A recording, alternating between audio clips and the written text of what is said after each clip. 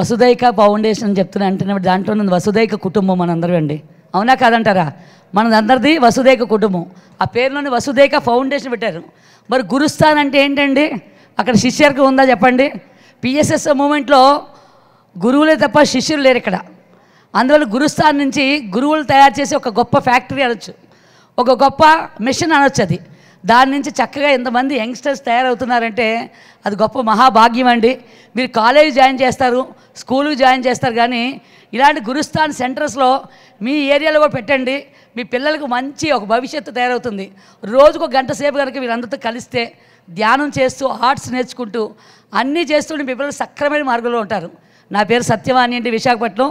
ఈ గురుస్థాన్ టీం అన్నా వీళ్ళందరూ వర్క్ అన్నా నాగేంద్ర మాకు ఎప్పటి నుంచో ఒక 20 ఇయర్స్ పై నుంచి పరిచయం. ఎన్నెన్నో కార్యక్రమాలు చేస్తాడు. తను ఖచ్చితంగా సపోర్ట్ చేద్దాం. సపోర్ట్ చేయడం మన పిల్లలు మనం సపోర్ట్ చేసుకున్నట్టు లెక్క అది. Thank you.